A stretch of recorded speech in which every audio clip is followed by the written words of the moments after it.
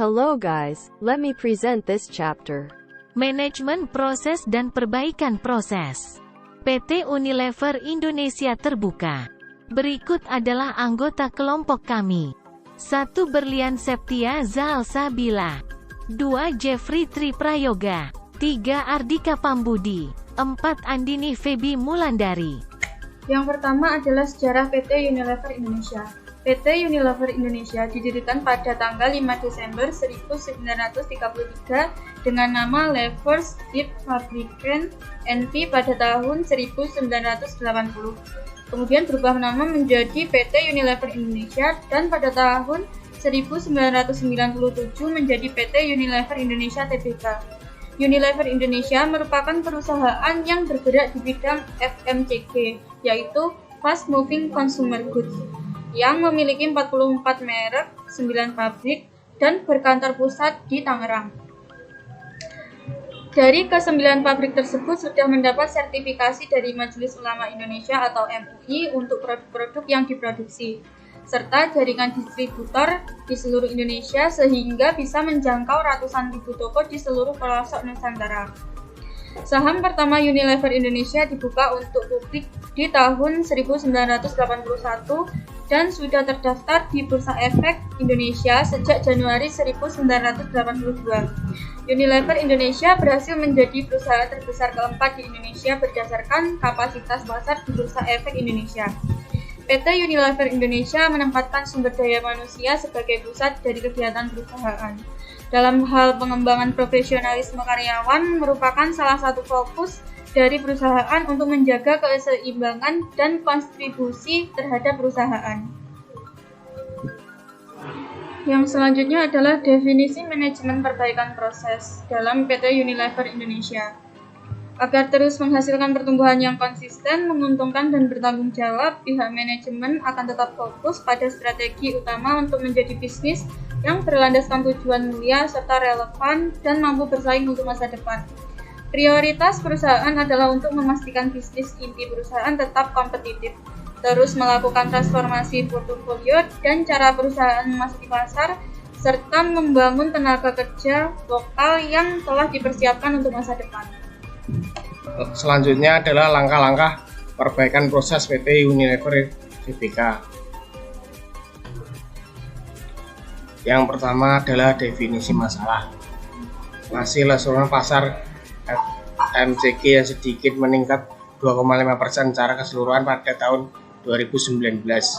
Porsi belanja untuk FMCG berkurang karena konsumen mengadopsi kebiasaan baru. Contohnya yaitu menghabiskan lebih banyak untuk bertelekomunikasi.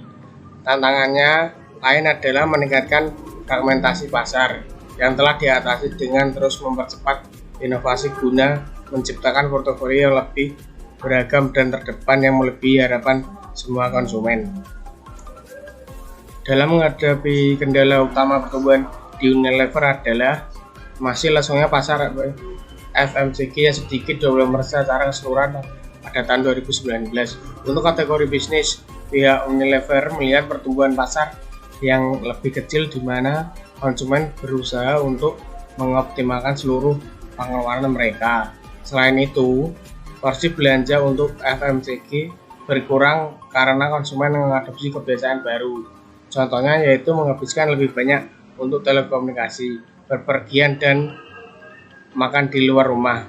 Untuk beradaptasi dengan pergeseran pola konsumen tersebut, strategi kami seperti diuraikan di atas adalah untuk mendorong daya saing inti, transformasi portofolio, dan harga yang telah memungkinkan kami untuk tumbuh secara konsisten mengungguli pasar. Menanggapi premiumisasi dan kemunduran yang sedang berlangsung di pasar, pihak manajemen menyesuaikan transformasi portofolio yang ada pada akhirnya untuk mendapat porsi lebih. Tantangan lainnya adalah meningkatkan fragmentasi pasar yang telah diatasi dengan terus mempercepat inovasi guna menciptakan portofolio yang lebih beragam dan terdepan yang melebihi harapan semua konsumen. Identifikasi dan dokumentasi proses. Portofolio perseroan merupakan penggabungan produk warisan global yang telah lama ada, produk ciri khas lokal, dan produk baru yang dirancang untuk memenuhi harapan konsumen yang semakin canggih dan dipengaruhi oleh value produk. Mulai dari Sunlight, Lifebuoy, Walls, Pepsodent, dan Dove, hingga Royco. Dan masih banyak lagi, memiliki tujuan dan inovasi masing-masing. Produk tersebut menjadi ujung tombak dalam upaya kami untuk memasarkan kehidupan yang berkelanjutan, kehidupan yang ramah lingkungan dan memberikan manfaat sosial melalui pertumbuhan yang menguntungkan dan berkelanjutan. Ketiga, memahami mengapa. Persaingan yang muncul sehingga menambahkan dinamika di pasar dengan semakin banyaknya penawaran produk dengan berbagai variasi harga.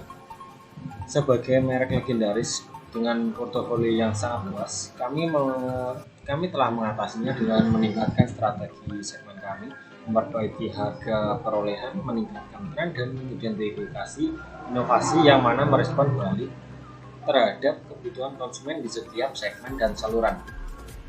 Sebagai contoh, kami mengubah portofolio General Trade dengan memberikan penawaran produk yang lebih kuat pada tingkat harga yang lebih terjangkau, serta meningkatkan bisnis seru di Modern Trade.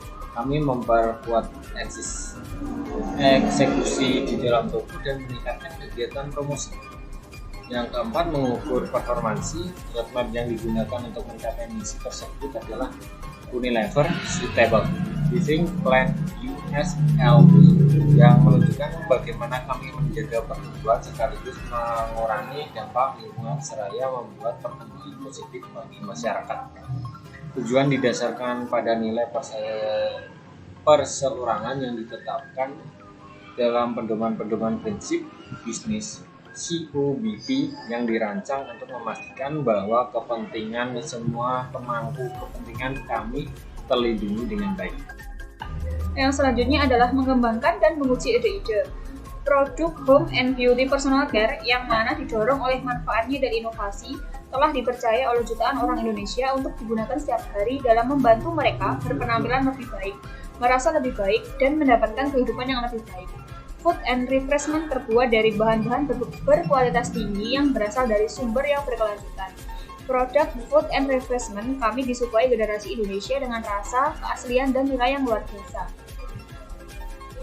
Yang selanjutnya adalah implementasi solusi dan evaluasi. Solusi. Agar terus menghasilkan pertumbuhan yang konsisten, menguntungkan, dan bertanggung jawab, pihak manajemen akan tetap fokus pada strategi utama untuk menjadikan bisnis yang berlandaskan tujuan mulia, serta relevan dan mampu bersaing untuk masa depan. Prioritas perusahaan adalah untuk memastikan bisnis inti perusahaan tetap kompetitif, terus melakukan transformasi portofolio dan cara perusahaan memasuki pasar, serta membangun tenaga kerja lokal yang telah dipersiapkan untuk masa depan. Yang terakhir adalah implementasi. Implementasi dari manajemen proses bisnis Unilever dalam menjalankan usahanya merupakan penggabungan dari produk warisan global yang menjadikannya ciri khas pada produk baru yang dirancang untuk kebutuhan konsumen dengan mengandalkan produk utama Unilever untuk penggerak operasional perusahaan.